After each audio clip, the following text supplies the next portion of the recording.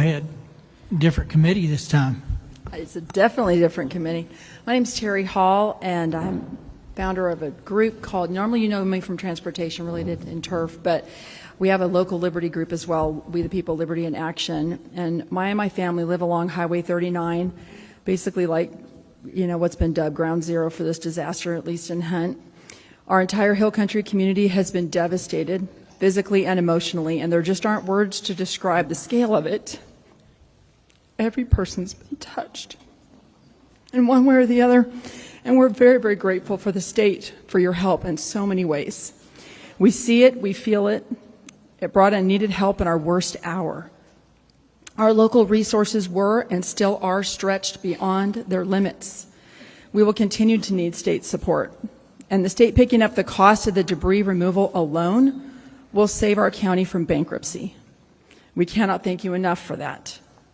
But I want to talk about what's going on with some post-flood actions by our government.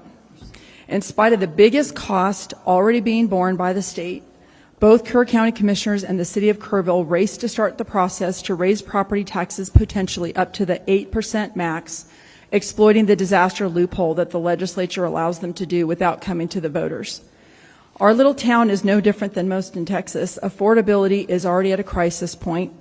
The very workers we're going to need the most over the next few years to rebuild our community are the very same ones being priced out of our housing market. We have an out-of-control property tax burden, and I know I don't need to say that to you all because that's why it's on the governor's call for the special. And though you passed HB 30 during the 89th regular to limit this sort of exploitation of a disaster loophole by local governments, it doesn't take effect till January. Many landowners are at high risk of losing their land due to being underinsured or simply not able to meet their deductibles. Many lost fencing and structures that cannot be replaced by any insurance or FEMA.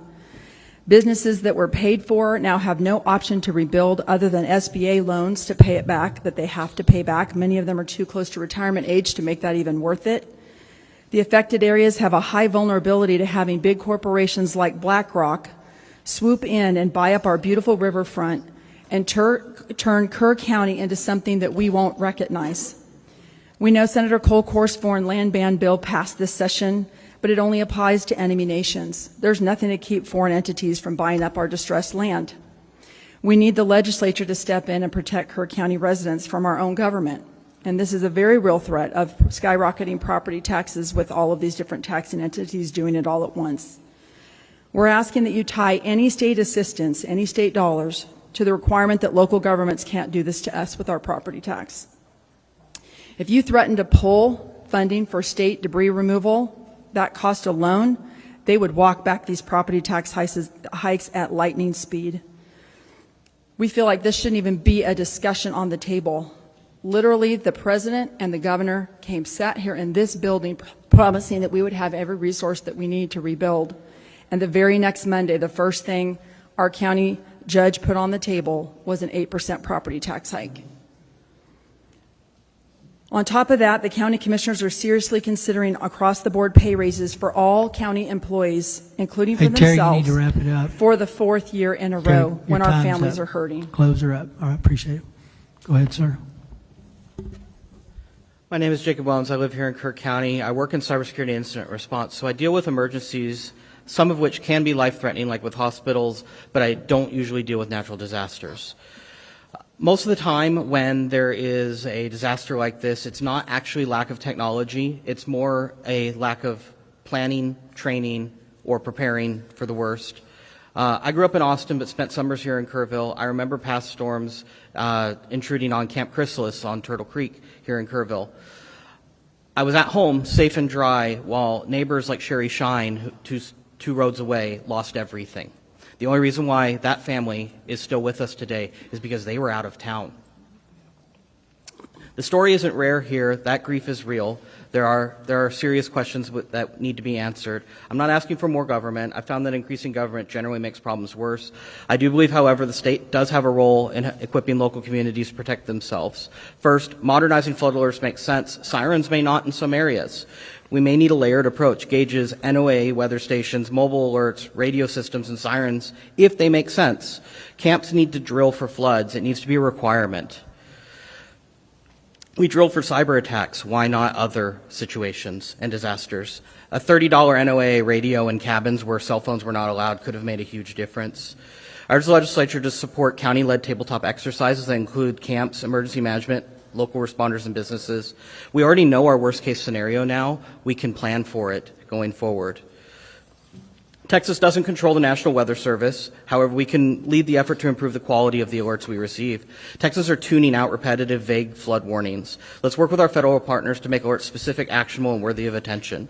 A good example of an excellent alert was the one that was sent a few days after the flood that warned of several foot rise on the river. That is specific, is actionable, and directed well at those that were near the water.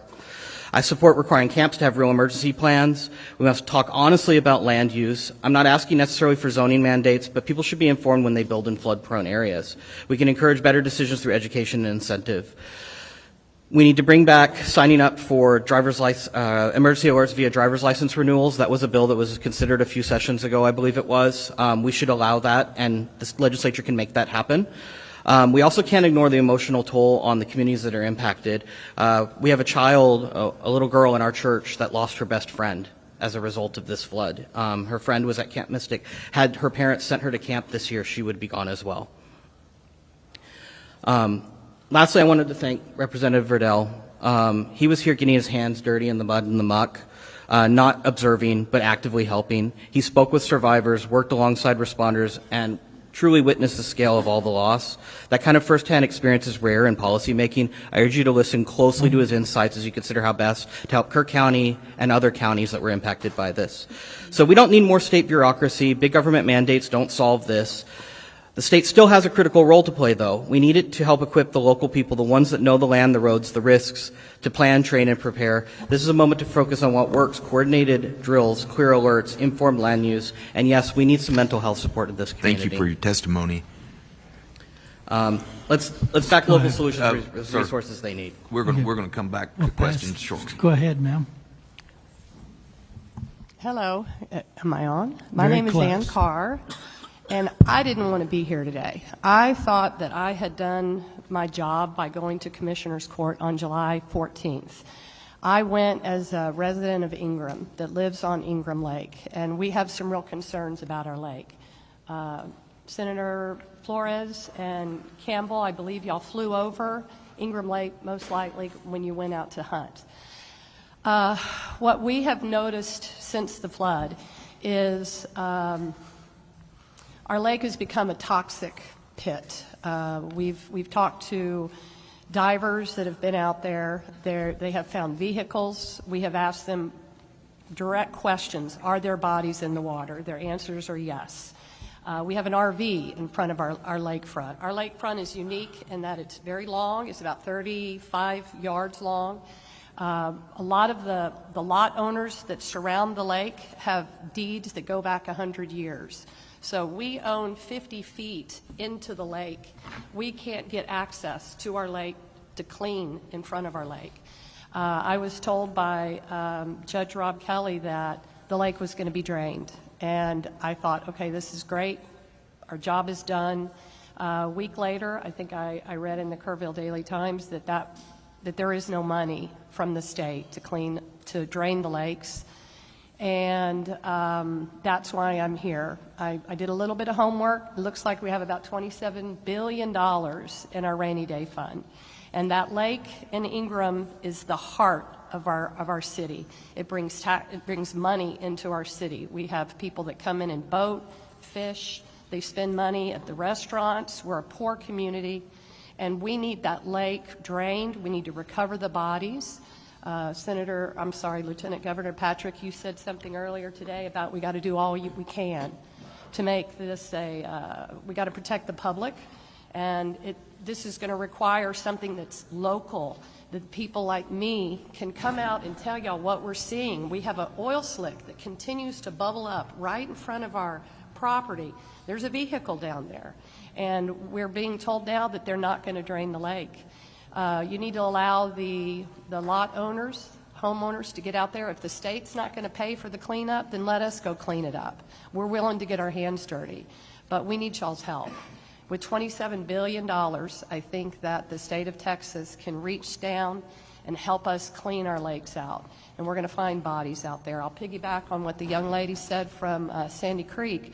They're finding fingers, they're finding wallets, they're finding limbs, and they're saying that the bodies are recovered, and they're not. We have six feet of rubble that has invaded our lake, and it's become a graveyard. So that's why I'm here. And Senator Flores says that y'all needed to hear from me, so that's why I'm here. Thank you very much. Thank you. Next.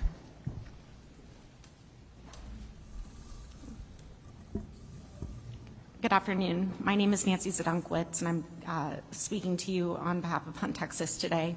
I was at our river house in Hunt on July 4th. We're just down the road from Camp Mystic.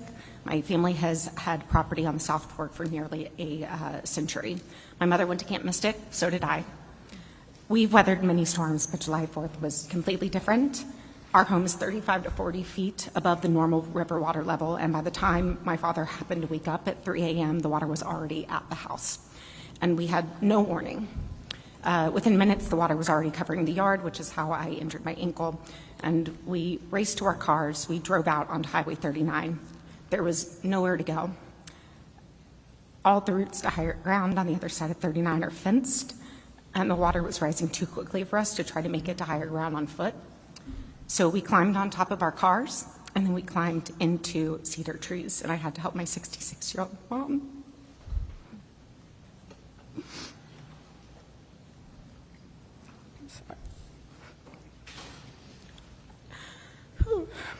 Our cars floated away soon after that. We ended up staying in the trees for several hours. We watched other cars shoot down the river and massive trees, and we just prayed and planned for what we would do if our tree was the next one to fall down. Several of our dear friends and neighbors lost their lives that night, people we've known for a lifetime, so we're actually very, very lucky. But our house was swallowed by the river. The community that we love has been devastated. Our house is now, stripped down to the studs. And so today I'm asking for your help because this community really needs help with recovery, and we need preparation for the next flood. Had there been early detection of the rising waters and sirens, we may have been able to leave in time to get to higher ground safely. I heard someone else say that they didn't think that that was necessary or would save lives in Hunt, and they are dead wrong. And frankly, that's offensive. There need to be more evacuation routes. There was no place to drive to on 39 that would have taken us down before it didn't take us up. So we need places to be able to drive that aren't private and fenced if we had that warning. More lives also could have been saved if people were able to warn their neighbors, but we have no self-service in Hunt. And when it comes to recovery, I specifically want to ensure that efforts focus on Hunt, which was the epicenter of the devastation, followed by Ingram. This is where the most lives were lost. This is where the most homes were lost. By the time we got to Kerrville, we were like, oh, we're finally safe. And so I really want to ensure you that, or want to plead for this city not to cannibalize the recovery funds and efforts just because there are more people who live in Kerrville. And I also do appreciate that, people in Kerrville were affected, but I just want to emphasize the need to focus on Hunt and then Ingram. The permanent residents of Hunt obviously come first. They need housing assistance and mental health resources and help to rebuild their homes and businesses and lives. But you should also know that almost all of the riverfront homes on the South Fork are generational family vacation homes. These are the homes where people come to stay when they drop their kids off at local camps, and their families support the local businesses here, like Kreider's and the Hunt store, year after year for generations. We pay property taxes. We are part of this economy, and we are part of this community. And so these homes suffered the most damage, and families like mine don't know how we'll ever be able to afford to rebuild. And so because we're not eligible for FEMA funds, because many don't have insurance, it's a real question whether or not Hunt comes back if these homes also don't come back. So, thank you for listening today. I know that the state has the power to act right now, and so my ask of you is that you please prioritize this over everything else this special session. Please, we need your help now. And I know that the governor has the power to use emergency funds today, and this is an emergency. And with that, I will turn it over to my friend. Thank you. Thank you. Go ahead. State your name, please. Sorry for your loss. Nancy Zidunkwitz. Gotcha. Go ahead, ma'am. Thank you. Can you hear me?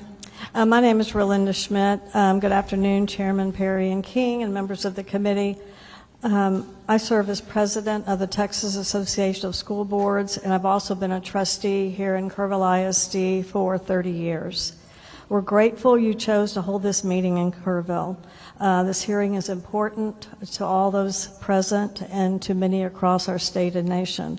I'm here to offer feedback as you shape future disaster preparedness and response plans. While first responders rightfully come to mind in times like this, public schools often stand quietly alongside them, opening their doors, offering support, and helping communities recover. Our facilities, buses, communication systems, and dedicated staff serve Texans every day. And in moments of crisis, these assets are critical to the entire community. At TASB, we're always mindful of the burden mandates can place on districts. But we do believe there's an opportunity here not to regulate more, but to partner better. During the July 4th floods, coordination happened quickly. We're simply asking, how can we help make that kind of seamless collaboration the norm across all regions and emergencies? As you know, within 30 minutes of receiving a call for help, Kerrville ISD mobilized. Our district employees drove school buses into flood zones to evacuate campers and counselors. Folks across the world saw a heartwarming video that day of young campers singing a Christian hymn to comfort one another, filmed on one of our Kerrville ISD buses and driven by one of our own, Miss Jerry White. She had just received her CDL license a few weeks before, and this was her first opportunity to drive children. It was a moment of peace in the chaos. I give thanks to God for those children who were brought to safety and hold in prayer the families whose unimaginable loss is now carried in the heart of our community. We're incredibly proud of our teams, but these efforts are not unique. Our neighbors, Ingram Hunt, Centerpoint, and Comfort ISDs all sprang into action and continue to provide support services. We've seen school districts across Texas rise to the occasion in times of crisis, from Houston ISD and Katy ISD during Hurricane Harvey, to Canadian ISD and the Panhandle wildfires during Winter Storm Uri. Austin ISD and San Antonio served as warming centers and meal sites. And following the Uvalde tragedy, neighboring districts stepped in to provide counselors and additional support. These examples reflect a shared truth. Texas public schools are built to serve, and they show up when their communities need them most. When emergency strikes, school leaders coordinate behind the scenes to move resources and support where it's needed. We believe there's an opportunity to strengthen the front end of emergency planning by formally incorporating schools' capabilities into statewide and local response frameworks. Thank you, Ms. Smith, for that testimony. I've got one question for you. Your time's up, but I have a question. Because you got to the point that I think many of us are very interested in, the mental health aspect of this and the grief counselors that our public schools can help provide. We know, those of us that have been around public education for a while know we have a shortage of that in our public schools. Are schools actually partnering with our ESCs, and are we employing telemedicine? Where are those resources at, and how can local affected folks reach out and get those services? Yes, we do work with our local ESCs, our regional service centers. Yes, sir, we absolutely do that. We're just asking to be in the conversation as we move forward. We feel like that school districts do have resources that are vital to emergency. I imagine that there are school districts across the state and probably some of the urban areas that have been incorporated into emergency management plans. I think Bexar counties, that's the case. But in smaller rural communities, I would say that's probably not the case. Yep. And so that's why I'm sitting here today, because I know our school district's not actively involved in emergency management, but yet when we did have an emergency, we were called on, and we reacted immediately, and we're Well, I'm glad you're here, and I'm glad you're bringing forward the resources that our public schools have and have to offer as a solution, because I think a lot of people don't realize that or haven't thought about the role that our public schools play. So thank you for that. Ma'am, can you tell me, do y'all utilize TCHAT? Are y'all part of the TCHAT program? We are not. You are not. Do you know about the TCHAT program? Well, I should say I'm not, but perhaps our school district might be. But I'd like to know before we get out of here today if the district is signed up for TCHAT. It's really I'll find out. robust and been made available. It's supposed to be in all districts eventually. I just don't know where we're at in getting it deployed. So, okay, thank I'll find out for Go you. ahead, sir. Thank you. Your turn. Thank you. My name is Richard Stunkowitz.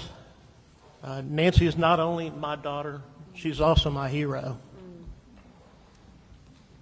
I'm a resident of Houston, represented by Representative Mano Deala and Senator Joan Huffman.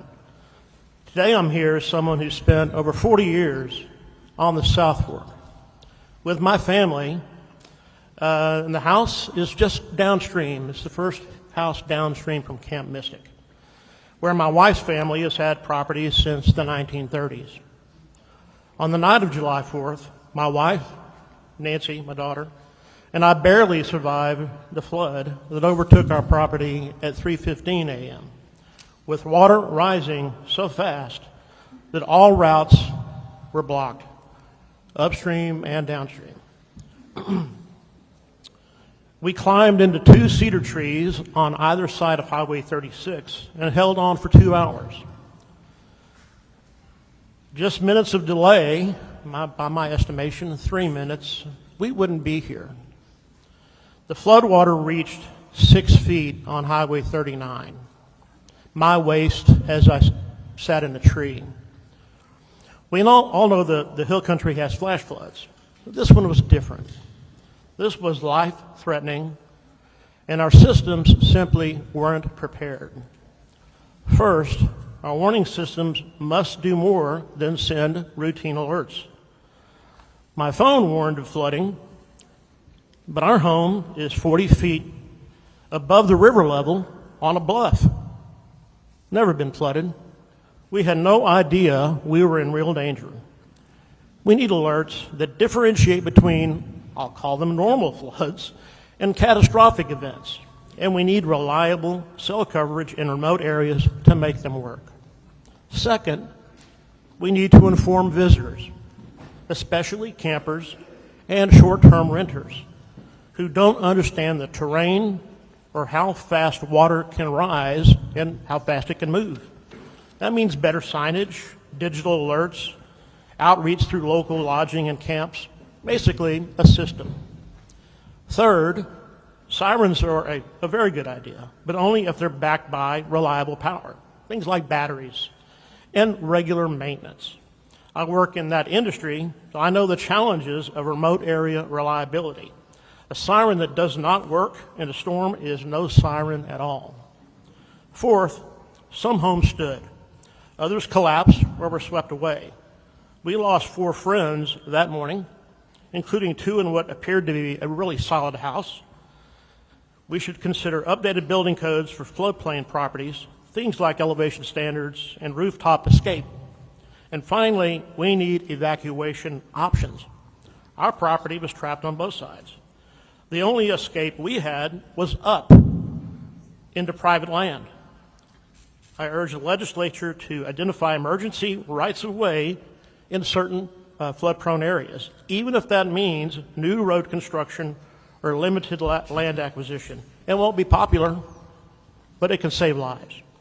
One last point, many homes in this area between Ingram Dam and Camp Mystic and beyond are second homes, but they are part of the community and a big part of the economy at certain times of the year.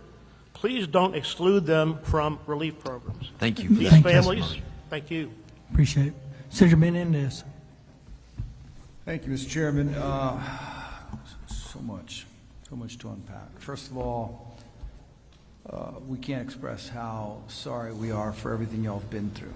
I can't imagine the feeling of being trapped, and obviously all of you share that feeling with the water coming up to your home, awakening you. Many of us on this committee have been talking about the siren system because we feel like there needs to be some addition. Sir, you said just now that at what time was it the water entered your house? 3-something, you said?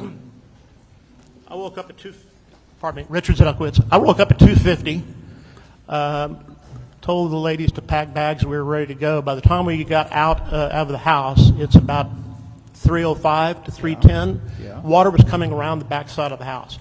So that would mean the water's about 42 feet at that point. But that point in on the south fork, 3:05. 3:05, Let's say 3:10. 3 o'clock. okay, And you're just down the street from Camp Mystic. less than a mile Less than a mile. from Camp Mystic. Camp Mystic. So they're in Hunt.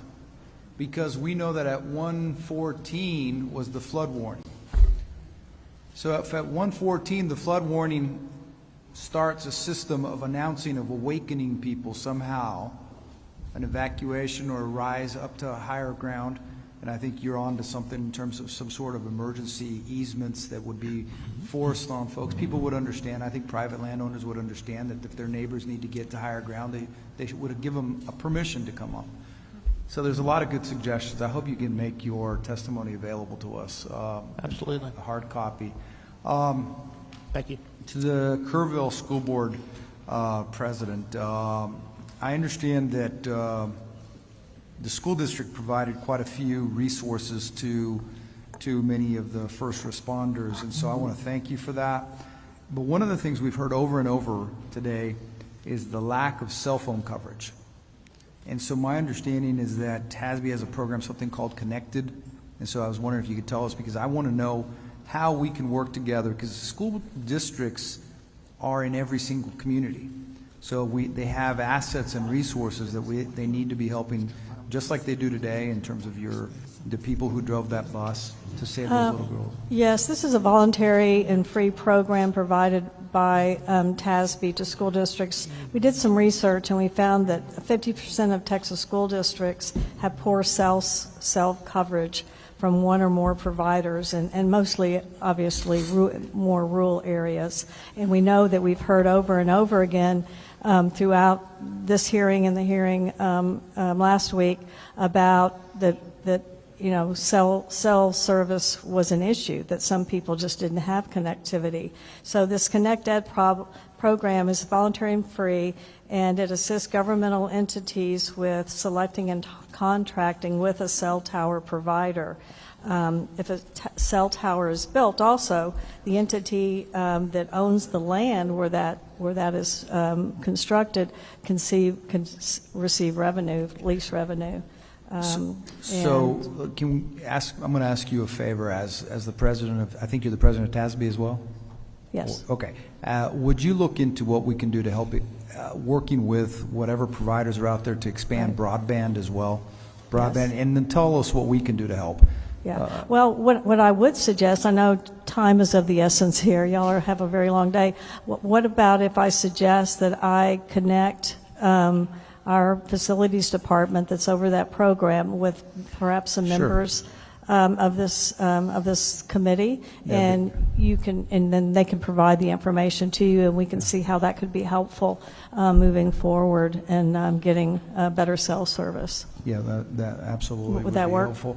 Now, my last thing is to Chairman King's point about the counselors. My understanding is that the education service centers have a contract or an agreement with school districts to sort of share counselors as a result of Uvalde, the tragedy there, that's an ongoing thing. I think one of our school districts in San Antonio is providing counselors here to this region, if I'm not mistaken. That's correct. Yes. That is correct? Mm-hmm. Okay, thank you. Thank you, Mr. Chairman. Mr. Senator Verdell. Benton, oh, you got one? Okay, I got one, House member. Mr. Verdell. Thank you, Chairman King. First off, Jacob, thank you for the kind words. I appreciate that. I'm glad you're here today. Rolinda, wanted to tell you thank you for the resources that Kerrville ISD helped with this flood. It was immensely valuable. And then Nancy, we are currently, one of the solutions we're possibly looking at is like a disaster victim relief fund. And so I just want you to know that that is on our radar, and we're waiting on language currently to be drafted to see what that bill might look like. So I just wanted to give you a heads up on that. That's it. Thank you. Thank you. Thank you. Senator Betancourt. Thank you, Mr. Chairman. That was a great suggestion about the having basically a right of evacuation that we can grant through a property right in an emergency situation, Richard. So I really appreciate that. Nancy, your comment about why the responses you saw on the main panel offended you is perfectly correct, because I tracked this unfortunately, to an engineering study about 10 years ago in this county that made the same comments about sirens not being useful tools. I don't understand why the River Authority would repeat that. Now, they did, under questioning, recant that immediately. But that was because that's a recognition of the obvious. What you all went through is certainly, a fact demonstration enough that any form of disaster or sirens or any type of early alert is so critical, because in the few minutes you all had to try to pack and leave, the water was already at 40 feet above river bottom and rising rapidly. And the only way you could survive was to try to get higher. So yes, the answers were unacceptable. We noted it. Under Lieutenant Governor Patrick's direction and Chairman, I've got to file a bill about these flood emergency communications warning. I'll have your comment in it if we can put it in the caption in the property tax code, the right place. But I just want to make sure, yes, you were right to be offended. The answer was not sufficient. In fact, it was pretty pathetic. Thank you. Any others? All right, you guys, appreciate you being here, appreciate your patience. So I asked for those with mystic losses. I'm going to ask for those with any losses. Any losses. We would like to set you guys, just out of respect, to get you up here and through the process. So if you haven't signed up and you want to testify, please come on up. We'll get you signed up. Any of those that have experienced losses, this is your next panel. All right. There they are. Okay. And I have an Alicia Baker. Is that you? I said I couldn't tell your story. Your story on your card is very sad. It was clearly there, but it's not. It's one of the few, but just a tremendous loss, actually. So, any others that have experienced a loss that wants to come to this panel so that you don't have to wait the whole day, please come now. All right, Alicia Baker, and are you another witness? Yes. What's your name, ma'am? I'm a sister, Kristen Jeffrey You're just Jones. sister. Did you sign a card? No, You're sir, not testifying. just You're just supporting. moral support. Yes, sir. What's your name? Sir, sir? Sir on the end. Hello? Oh, What's your me? name, I'm sorry. Bud Bolt. My name is Bud Bolton. I'm a Okay. comments. All right, we'll get your card and put those two. That's it. Those that have losses. Okay. All right. Hey, Alicia, Yes. talk to us. I'm Alicia Jeffrey Baker, and I'm here on behalf of my 11-year-old daughter who passed away and my parents. We were part of the Casa Bonita community, and there were 9 others that were swept away. We started doing our summers here back in 1990. This was not a new endeavor coming out here. My parents bought a cabin out here in 2008, so this was our regular happy place. The river that we've loved so much killed them. I'm sorry. All right. In our community, there were 19 cabins, and we were the only one up on stilts. So let's just say that we got cell service, which we didn't, but with Wi-Fi, you could. Let's just say they got an alert. The alert says, seek higher ground. They're on stilts. Thank you. Where are they supposed to go? My suggestion would be that instead of just sirens, we actually have sensors in the water that would then alert sirens to go off. Because if you just have sirens that go off, people stop paying attention to them. Like, if we have gauges in the water already, put a sensor on them. If it gets to a certain point, that's when the siren goes off. Not just because, oh, it might flood. Because to be honest, if I got an alert that said 6 to 7 inches, I'd been like, cool, that's the dock. It wouldn't have made that much of a difference. Now, when you're talking 30 feet, that's a whole nother story. Something that I was the first parent at Ingram Elementary on July the 4th. Ingram Elementary wasn't even actually aware that they were the spot. When I got there, there were volunteers there. They had no way of communicating anything, and no one was in charge. And I waited there for over 12 hours for news, and literally no one could tell you anything at all. Literally no one was in charge. It wasn't until Sunday morning that really things started happening. Our parents were found on Saturday, but not identified until Sunday. And by then they had already been taken to Bexar County, and autopsies had been performed, which we would not have asked for. It seems pretty obvious. My daughter was not identified until Thursday the 10th, and the only thing that identified her at all was her charm bracelet. When we know better, we do better. And so we need to do better for the people in this community, for the people that are suffering. And like I said, we need to give people a chance. This is a lovely community. Like, everything, people have been fantastic. But I don't think the sirens by themselves will be helpful. Like I said, people will stop listening to them. But the sensor, when it gets to a certain level, and then the sirens go off, and then people know it's time. Like, this is serious. It's not just a, you know, oh, it's going to rain, yay, kind of thing. I think that's my suggestion as someone that's living through a nightmare. Thank you for your testimony. Sir, state your name. Yes, sir. Tell us your story. Yes, sir. My name is Bud Bolton. I'm a local independent contractor here with heavy equipment and put up steel frame buildings and things. We lost our home on the 4th, that morning on the 4th, me and my wife. Had no notification. I was watching the river till about 2:30 in the morning because I do a lot of this river conservation work on this river with my equipment, have for many years. We got no warning. My neighbor's the one that woke us up, and he tried to rescue a family on the island out there, which ended up being Pat Green's brother, and couldn't get to him, and so he came and knocked on my door, and we came out, and that water already rose about 9 foot, and this is about 4:15, 4:20, somewhere along in there. It already came up 9 foot. I looked out there, and there's water coming up on my doorstep, and I turned to look out there in the parking lot, and there's about 20 fire trucks, rescue workers, sheriff's department cars, and not a knock on my door, and they're as closest from me to you. My neighbor's the one that got me out, and they're standing that close to me with all these vehicles out there, and not a one of them knocked on doors, not a single one of them. So we went up to higher ground. I watched 108 RVs float right by me in them 3 RV parks, watching these screaming kids inside these RVs with the lights still powered on from the batteries after they pulled loose, and them screaming and hearing crashes and crashes, then tiny homes crashing and more crashing and get dead silent, then more crashes, then more screams, and that went on for 15, 20 minutes.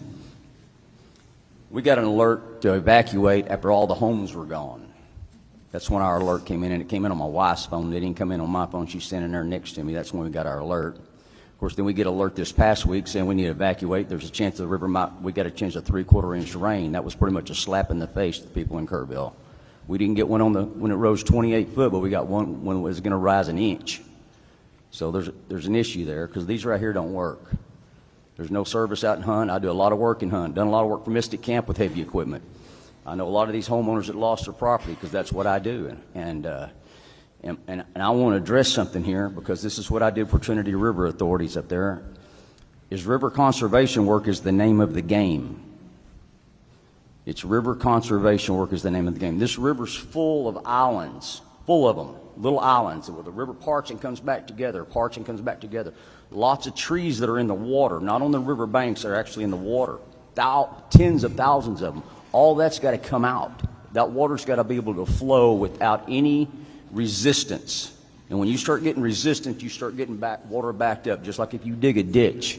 And you start filling that little ditch full of debris and little trees and rocks and stuff like that, you get water that starts backing up. It doesn't let that water flow. The spreader dams that were put on this place years ago, there's only one out of all the spreader dams, the 8 that go through this county right here, there's one that's in the correct location, and that's the one that backs up our city water. The other ones are not in the right locations. They were put in many, many years ago. This county's grown, population's grown, things have changed. Just like we did on the Trinity River Authority years ago in Dallas back in the 80s. Don't cost much to put in these monitors in, these river, like I'll keep talking about these sirens that need to go in. I can drill you a hole in the ground and stand you a 50-foot. Thank you, sir. I appreciate your testimony. All right. Is there questions, members? Senator Campbell. Well, I lost 27 Mr. people that I knew. Chairman. I hear In you. them 3 RV parks. I know 27. Just me. Thank you for that, sir. Thank you, Mr. Chairman. So, Alicia and your beautiful daughter, Emmy. Yes. We're sorry for her loss. Thank you. I met you through your sister on the phone, Christine Jeffries Jones. Kristen. Glad you're here from Dallas. And your parents, Emlyn and Penny. Yes. Right? Yes. Emmy. Got it. And they had a cabin in Casa Bonita for years. You celebrated the 4th and other holidays there. Yes. We're sorry. But we're sorry for everybody's loss. Very personal. Your recommendation, were you referring to something like the buoys that are out in the ocean that monitor for tsunamis when there's an earthquake because there's such a high rapid rise in water? Well, actually, it was, so the property that was right behind us. I'm sorry, speak into I'm this. so sorry. It actually came from the property right behind us. They woke up because they have a water softener where when the water got to a certain level, it started like alerting them. And that's actually how they woke up. Their water softener? Their water softener woke them up. I see some that's how heads they got nodding. out. Okay. So I don't have honestly the knowledge to know exactly what kinds of sensors, but like if we have water gauges, like I'm sure there's a little like something that can go, but it was actually because of their water softener that made me think they had a sensor and it went off because water was on the floor of their house. Well, again, thank you for coming, and who would have thought that perhaps a remedy can come from a water softener? Yeah, Thank you. I mean, All that's right. why that's how they got out. All right. Again, I'm sorry for the loss of little Emmy. Thank you, you. Mr. Chairman. Bye, Chris. All right. Mr. Verdell. Thank you, Chairman. To both of you, I think you were about to talk about a float switch is basically a real simple switch that goes up and down, has 2 wires, and I think that's what you'd be indicating with connected to something like a siren system would be a good idea. And is that what you're about to say too, sir, when you were talking about that? Well, I was just talking about those monitors. Y'all talking about those sirens to go up there. We've installed a lot of them up in Dallas and on the Trinity River when I was working for Trinity River Conservation Authorities. And just like I was telling some council members the other day, I was telling them, I said, I can put you a monitor up, I can drill you a hole and stand you a 50-foot column up and put you a 4-point megaphone up there, 180 degree, for $6,500. Yeah. I can do 2 a day, put them every mile. I don't see where the money problem is, and put you a river monitor up there on the headwaters north of Mystic Camp, about 7 miles is where that headwaters is. Put your river monitor up there. It works just like a toilet tank float. Yeah. Easy to monitor, simple to monitor. It monitors itself, does its own thing. It goes off. You'll hear them sirens all the way to Dallas, Texas, in them river bottoms out there in those canyons, and they're not. I don't know where the money issue is here. Yes, sir. I appreciate it. Thank you all both for coming and giving your testimony. I'm sorry for your loss and for your losses, sir. Yes, sir. I appreciate you guys being here. Thank you for coming and sharing your story. And you make the appropriate comment. We all lost a lot of folks Yes, sir. as a Appreciate you state, all. as a group.